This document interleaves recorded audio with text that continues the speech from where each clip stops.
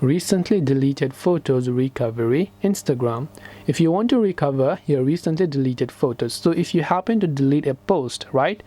If you deleted a post, you can restore it within the 30 days of deleting that post. If you deleted a story, you can restore it within 24 hours of that story uploaded. So all you have to do to restore it is tap on the three lines option from the top right next to your profile page. From there you'll find many options over here, right? So here I would recommend that you simply go to your activity. So once you go to your activity, you can see this option called recently deleted in the bin icon right there. Tap on the recently deleted option, and here you can see the post that you have recently deleted. So to restore it, just select that, tap the three dots option, then tap on the restore button. Now if you again tap on delete, then it will get permanently deleted, so be careful on that and just tap on the restore button, then tap on restore, and then you'll be able to restore them to your account. After you also, it will ask you to confirm it, so you can go ahead and then basically delete or restore it.